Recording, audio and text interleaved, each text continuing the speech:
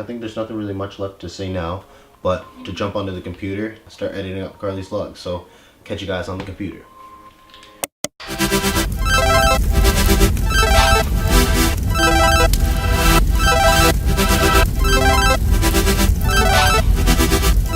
Alright guys, so what we're going to start off with is creating a new library. So you want to go up to File, New, and just choose Library. And this is where we're going to store all the files in, and you can change the name. I just changed it to Carly to keep it simple. And now we're going to want to create a new project. So here we're going to go File, New, and Project. And you can name this whatever you want to as well. What a project is where we put all the files. So to import the footage, you want to go File, Import Media. Or you can just click that down button, or simply press Command I to import the footage.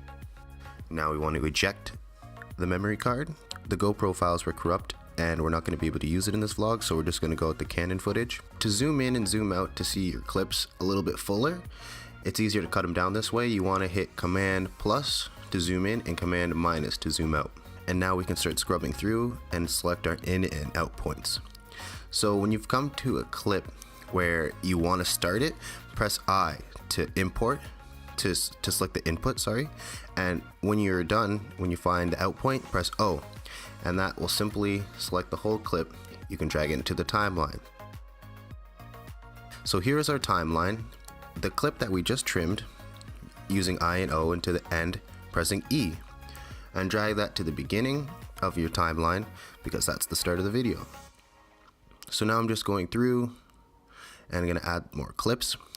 Now I selected the clip and I clicked on the watch button here with the down bar, and you go to fast. Now you can choose from all these speeds. So I sped it up by 20 because this clip was a little long. And now it's rendering out the changes we have made, so we're going to wait for this so we can play it back smoothly and it won't be choppy.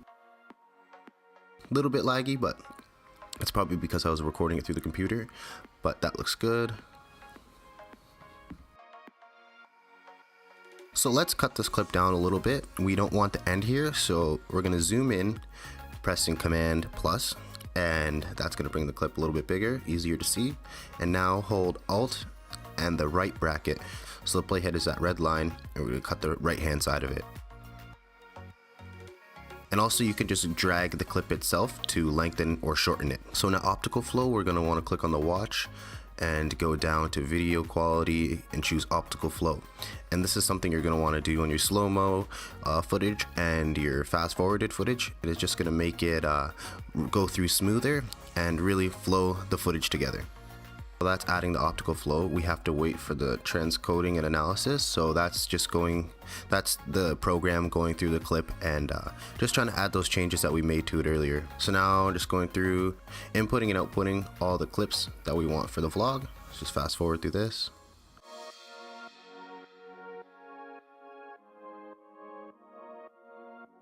So to add audio to our files, we're going to click the music button beside the video button and go down to iTunes.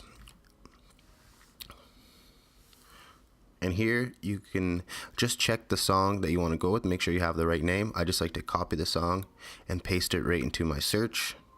That way I don't spell it wrong, it won't find it.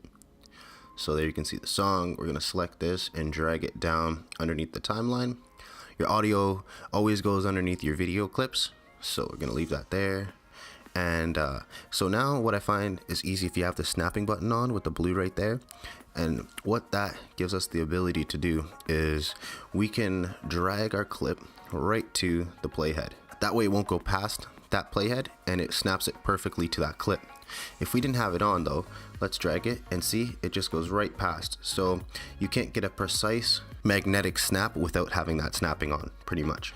So now here it's just time to get creative and add some of the music in. And what I'm gonna do is when there is no sound in the audio in the video file, I'm going to add some music into it. So I use the blade tool, and which is letter B, and I cut the music right there.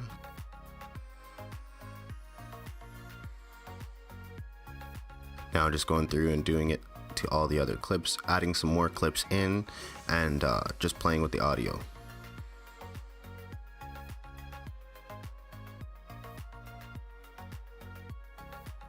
So now we're gonna go over some color corrections, and you wanna press Command 7 to bring up your color scopes here. And I find the easiest way to look at it is by using the RGB parade here on the channels. This gives you red, green, blues. And now we can go over into the color board tab here and start with our exposure. Now I like to play with the shadows first, then move to midtones, and then we play with the master. So usually, just for me, I don't like to have my lines go past 0 here on the below or over 100. So I try to keep them in the middle. Sometimes it doesn't look good that way. You just got to play around with it for yourself. This is how you would go about changing the exposure.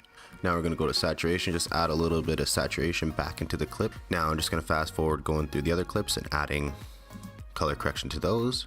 So now say you have a bunch of clips and you don't want to go through and individually color correct all of those clips.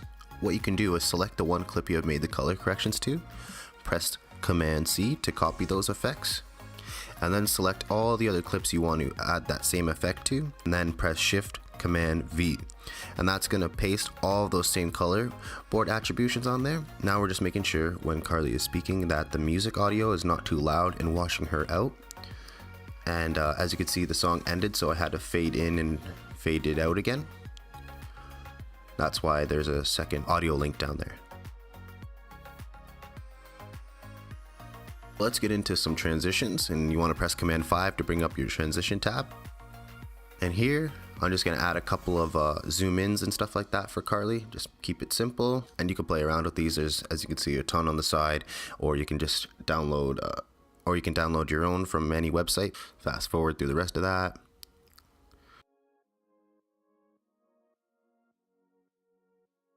Alright, so now let's get into adding some animations to the vlog, and this is where you can add subscribe buttons, Instagram, and stuff like that. So right here, what you want to do is go to Google and search the button that you want. So right here, we're looking for subscribe button, and you're going to want to type PNG at the end, and that's going to give you a transparent file.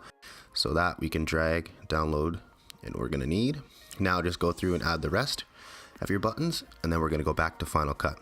Alright, so now we're just going to resize our animations here and put them into the video, and then after you add it and you're happy with how it's spaced out, you're going to want to add some text to it.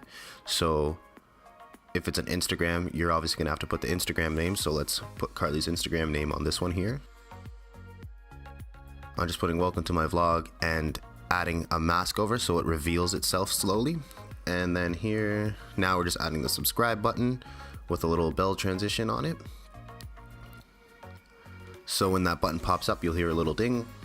So that's it for today. I hope you guys join us back for the third and final part of this series, where we will have the video uploaded and we're going to choose a thumbnail, tag it, and everything like that. Let me know if you guys like this video. If you want to see any more tutorials using Final Cut Pro, or want me to dive deeper into any of these effects that you saw today, let me know in the comments below. We can definitely get that done for you. Hit that subscribe button if you have yet to already. Turn that notification bell on so you don't miss out on any of our uploads. It's the Creative Fro, and I'm out.